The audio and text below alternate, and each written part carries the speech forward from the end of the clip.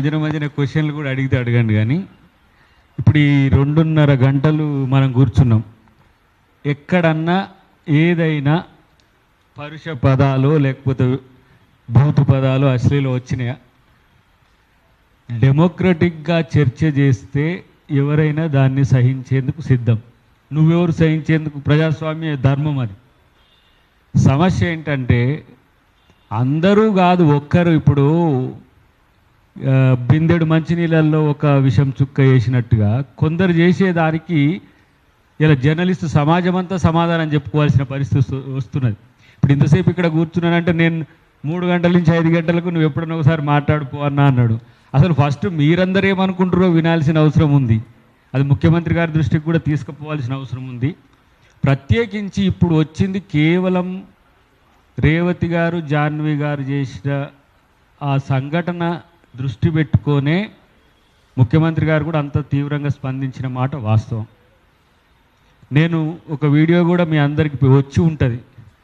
మీరు ఆ వీడియో పెట్టేటప్పుడు మీ తల్లిదండ్రులకు లేకపోతే మీ పిల్లలకు చూయించి పెట్టండి. ఇప్పుడు ఎవరు విమర్శించరు? శ్రావ్య విమర్శిస్తుంది, మన గౌడ్ విమర్శిస్తాడు, మా రఘు విమర్శిస్తాడు, వీలైనప్పుడు బుచ్చన అంటే యూట్యూబర్స్కి సంబంధించిన వచ్చినప్పుడు, లేకపోతే నరసన్న విమర్శిస్తాడు. ఎన్నో రకాల విమర్శలు ఉంటాయి. కానీ సరే బూత్ పెట్టిండ్రు, ఇప్పుడు మేమేం చేస్తాం? వాళ్ళకు అదే బూత్ పెట్టేస్తాం. రేపు టిట్ ఫర్ టాట్ కదా. ఇప్పుడు 1 విమర్శ, 2 వ్యంగ్యం, 3 బూతు, 4 అశ్లీలం, 5 జుగుప్స. ఈ రేంజ్ ఎక్కడికి పోతుంది? నేను కూడా 94 నుంచి 97 వరకు విలేకరునే. నేను ఎప్పుడు జస్ట్ ఎంత అప్పుడు 22-23 ఇయర్స్ ఉన్నప్పుడు ధర్మభిక్షం నన్ను దగ్గరికి పిలుచుకొని ముద్దాడేది. ఏది నువ్వు ఒక ప్రశ్న అడుగున్నానని. చిన్న పిల్లగాడినప్పుడు పెద్ద పెద్ద ఉద్దండ పండితులు ఉండే సూర్యాపేటలో. మలుసరాజ్యం దగ్గరికి పిలుచుకునేది, బిఎన్ రెడ్డి దగ్గరికి పిలుచుకునేది. జర్నలిస్ట్ అంటే చిన్న పిల్లగాడైనా సరే వాళ్ళకు ఉండే విలువ నేను చూసినోని కాబట్టి. ఇలా జర్నలిస్టు అంటే ఎవరు అని క్వశ్చన్ వేసే దగ్గరికి ఎందుకు వచ్చింది? ఇలా భరత్ భాయ్ ఒక సూచన చేసిండు, ఒక సిట్టింగ్ జడ్జితో ఒక కమిషన్ వేయండి, లేకపోతే ప్రెస్ అకాడమీ ఒకటి కోఆర్డినేట్ చేయడమా? క్రాంతి గారు ఒక సూచన చేసిండ్రు, ఒక పాలసీని తయారు చేయమని అన్నారు. ప్రజాస్వామ్యంలో విమర్శను తట్టుకోలేని స్థితిలో కాంగ్రెస్ ప్రభుత్వం ఉండదు, కాంగ్రెస్ పార్టీ ఉండదు, రేవంత్ రెడ్డి గారు కూడా ఉండరనేది మాత్రం స్పష్టం చేస్తున్నాం. సరే, XYZల యొక్క ఎజెండా ఏదన్నా ఉండని, ABCల యొక్క ఎజెండా ఏమైనా ఉండని, ప్రభుత్వం చేస్తున్న పనులను విమర్శించడానికే మీరున్నట్టున్నా కూడా సమస్య లేదు. అసలు 4th ఎస్టేట్ ఉన్నదే ప్రజల గొంతుగా ఉండడానికి. జ్యుడిషియరీ ఒకవైపు అయితే, ఎగ్జిక్యూటివ్ ఒకవైపు అయితే, పొలిటికల్ సిస్టమ్ ఒకవైపు ఉంటే 4th ఎస్టేట్ ఈ ముగ్గురిని కూడా వాచ్ డాగ్ లెక్క చూసే బాధ్యత రాజ్యాంగం ఇచ్చింది. ఎవరో ఇక్కడున్న ప్రభుత్వమో కేంద్ర ప్రభుత్వమో ఇచ్చినది కాదు. ఫ్రీడమ్ ఆఫ్ ఎక్స్ప్రెషన్ కానీ, ఫ్రీడమ్ ఆఫ్ స్పీచ్ని కానీ అడ్డుకునే హక్కు ఎవరికీ లేదు ఈ దేశంలో. వ్యక్తి స్వేచ్ఛను కాదనే హక్కు ఎవరికీ లేదు. కానీ ఇతరుల మనోభావాలనే దగ్గర ఆ మనోభావాలకు అసలు ఏమర్థం లేకుండా పోయిన పరిస్థితి ఉన్నది.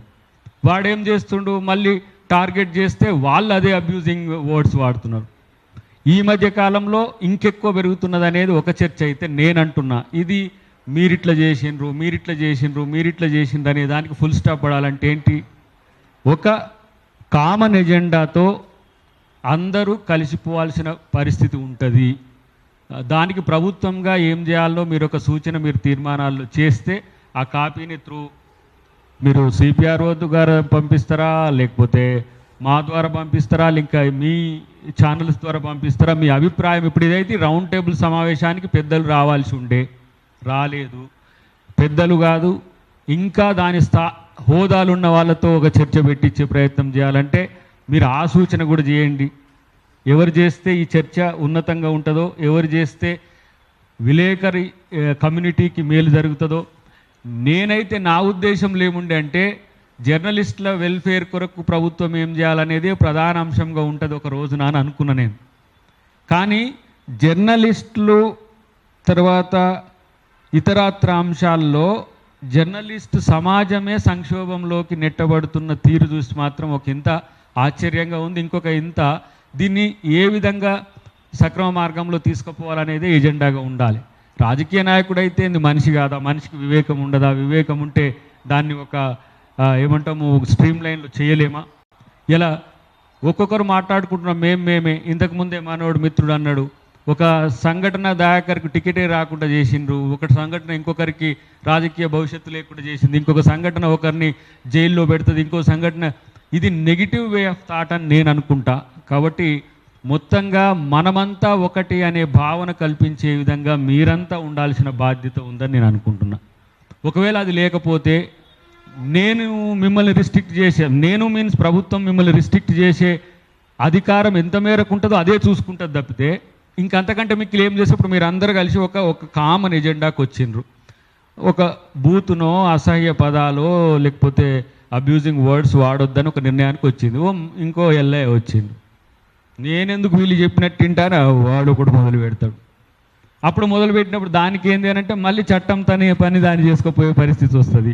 ఇప్పుడు ప్రభుత్వ వ్యవస్థ అంటే కేసీఆర్ గారున్నా, రేవంత్ రెడ్డి గారున్నా, ఇంటెలిజెన్స్ కానీ, పోలీస్ కానీ, ఇతర ఏదైతే డిజిటల్ ప్లాట్ఫామ్లో ఏవైతే కంటెంట్స్ వస్తున్నాయో వాటిని స్ట్రీమ్ లైన్ చేసే ఒక వ్యవస్థ ఉంటుంది. దానికి ఇంటెలిజెన్స్ ద్వారా పంపిస్తుంటారు. పరిధి దాటితే ఆ పరిధికి సంబంధించిన చర్చ జరుగుతుంటుంది. ఇప్పుడు ఇన్ని రోజులు మీరు ఇన్ని మాటలు మాట్లాడినా ఎందుకు ముఖ్యమంత్రి గారు ఇంత పెద్ద ఎత్తున సభలు స్పందించలేదు? ఇప్పుడు ఎందుకు స్పందించిండ్రు? ఇప్పుడు ఇదే రేవతి గారి మీద గత ప్రభుత్వం ఎస్సీ ఎస్టీ అట్రాసిటీ చట్టం పెట్టి ఆమెను జైల్లో పెడితే మేమే మాట్లాడింది. ఇదే మా రఘు గారిని అరెస్ట్ చేసినప్పుడు జర్నలిస్ట్ సమాధానంతా కూడా ఎట్లా మద్దతు చెప్పింది. మీరు కూడా రేవతి గారు, జాన్వి గారు చేసింది మంచి పద్ధతి అనుకుంటే మీరు చెప్పండి. కానీ అది సభ్య సమాజంలో ఆ పరిస్థితి వస్తే రేపేంటి అనే విషయం కూడా ఆలోచించండి. వ్యక్తిగతంగా ఇప్పుడు తనను అబ్యూజ్ చేసినట్టుగా మాట్లాడితే ఎంత ఫీల్ అవుతుందో అది కూడా ఆలోచించుకోవాల్సిన సందర్భం ఉంటుంది. ఇంట్లో ఆడవాళ్ళ మీద ఇప్పుడు రైతులో మన ఊర్లలోనో బూతులో లేకపోతే అశ్లీలమో మాట్లాడతారు అనుకోండి, అది టెలికాస్ట్ చేసే హక్కు మనకుందా? చేయొచ్చా? అట్లా మీకు అట్లా యూట్యూబ్లోనో లేకపోతే ఏంది ప్రెస్ పిఐబిలోనో లేకపోతే ఇంకో వాటిల్లో ఉందా? అట్లా ఎందుకు మరి కొన్ని సంస్థలు అక్కడ బీప్ వేస్తాయి? బీపుని తీసేసే పరిస్థితి ఎందుకు వచ్చింది? ఆక్రోశం అనేది వ్యక్తి ఇప్పుడు ఊర్లలో పోతే ఇప్పుడు చాలామంది అన్నారు కదా, 4 కోట్ల మందిలో 3 కోట్ల మంది బూతులే మాట్లాడితే ఇక బూతుల తెలంగాణ చేసుకుందామా చెప్పండి. అది బూతులు కూడా కాదు.